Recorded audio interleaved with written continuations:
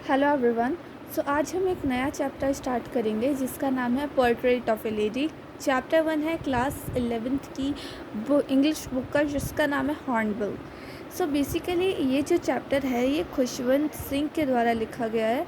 And इस chapter में basically जो फोकस दिया गया है वो जो ओल्ड जनरेशन्स हैं उनका इंटरेक्शन, उनका जो रिलेशनशिप है विद द न्यू जनरेशन्स, उनके रिलेशनशिप्स के बारे में फ़ोकस किया गया है। एंड इसके अलावा वहाँ पे दिखाया गया है कि कैसे वो दोनों जो है एक दूसरे, उनकी जो रिलेशनशिप्स हैं उनमें टाइम के साथ चेंजेस आते हैं। सो चलिए स्टार्ट करते हैं। तो शुरुआत में क्या होता है, जो ऑथर खुशवंत सिंह है उनकी जो है वो बचपन से ही अपनी ग्रैंड मदर के साथ रहे होते हैं।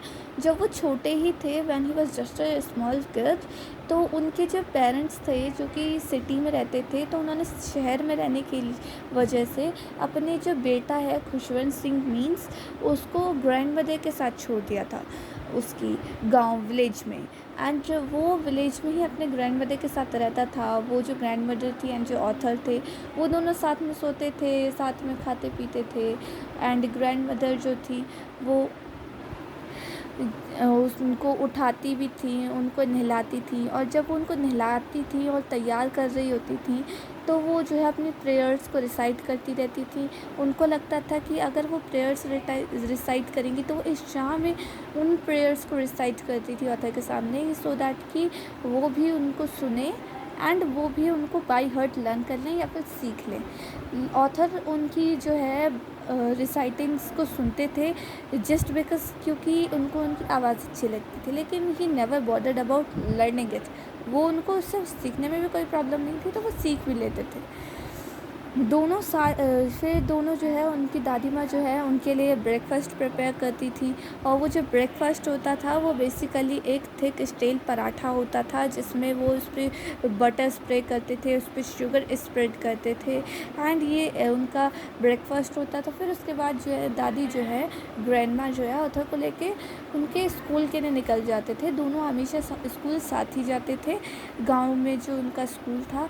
एंड वहाँ पर वो साथ में ग्रैंड माँ जो हैं वो अपनी कुछ चपातीज़ भी अपने हैंड्स में लेके जाती थी, सो दैट कि जब वो वापसी में आ रहे होंगे तो टेंपल के बाहर जो डॉगीज़ मिलेंगे वो उनको वो चपातीज़ खिलाती थी। ग्रैंड माँ बेसिकली ऑथर के साथ इसलिए जाती थी क्योंकि जो ऑथर का जो स्कूल था वो अटैच था टेंपल से। और ग्रैंड माँ जो है एक जो है बहुत पूजा पाठ करने वाली लेडी थी, वेरी मतलब रिचुअल्स वगैरह को काफ़ी ज़्यादा मानने वाली लेडी थी।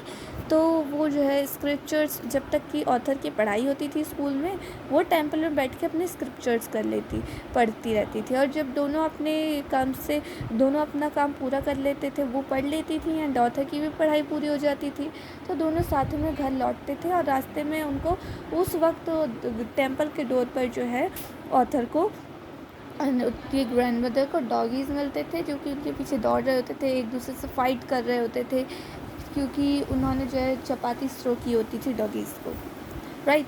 उसके बाद जो है कुछ टाइम बाद क्या होता है, एक टर्निंग पॉइंट आता है ग्रैंड मदर के एंड ऑथर के लाइफ, उनकी रिलेशनशिप में। क्या होता है कि बेसिकली जब उनके पेरेंट्स जो है फाइनली कंफर्टेबली सेटल हो चुके होते हैं सिटी में, तो वो जो है वो उनको बुला लेते हैं अपने पास सिटी के अपने न्यू हाउस में।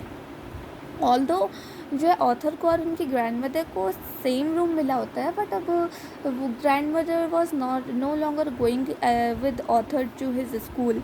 Now author use to go to school by a motor bus in a English school. And वहाँ पर वो इंग्लिश स्कूल में पढ़ाई करता था। ग्रैंड मदर वहाँ उनके साथ अब नहीं जाती थी। ऑल्दो कुछ टाइम तक जो है वहाँ से जब वो सिटी वाले हाउस में आए थे तो ग्रैंड मदर उनको उठाती भी रही थी, उनको रेडी भी कर देती थी, लेकिन स्कूल कभी नहीं जा पाती थी। उसके बाद ऑथर जब वापस आते थे स्कूल से तो ग्रैंड मदर जो है उनसे पूछती थी कि उन्होंने क्या पढ़ाया तुम्हें स्कूल में।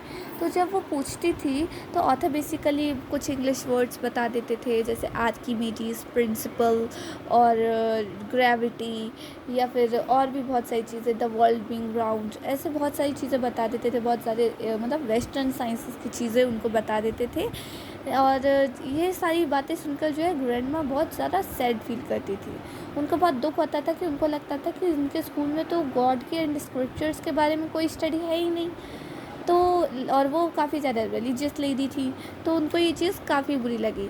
उसके बाद जो है एक बार क्या हुआ, ऑथर ने बताया अपने पेरेंट्स एंड ग्रैंडमा से कि मेरे को स्कूल में म्यूज़िक के लेसन्स दिए जा रहे हैं। ग्रैंडमा इस पर काफ़ी दुखी हुई, क्योंकि उनको लगता था कि जो ये गाने बजाने का टाइम है, जो कि ओल्ड टाइम में जो आपके एंशिएंट टाइम्स हैं उनमें ये माना जाता था गाना बजाना जो है गरीब लोग करते थे पैसा कमाने के लिए, और अगर आप अच्छे लोग हो, वेल टू डू पीपल हो, देन वहाँ हाउ कि आपको क्यों ज़रूरत है वो काम करने की, क्यों ज़रूरत है आपको, ऐसे काम फिर नहीं करने चाहिए गाने बजाने वाले। तो सेम चीज़ यहाँ पे हो रही है।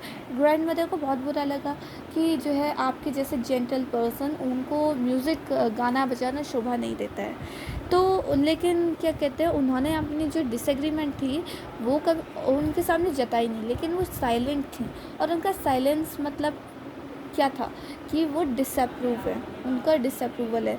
उसके बाद वो उन्होंने रेयरली ही ऑथर से बातचीत की थी। ऑथर बड़ा हो गया, वो यूनिवर्सिटी भी चला गया, और जब वो यूनिवर्सिटी गया तो ग्रैंडमदर को एंड ऑथर को दोनों अलग अलग हो गए, मीन्स ऑथर को अलग सेपरेट रूम मिल चुका था।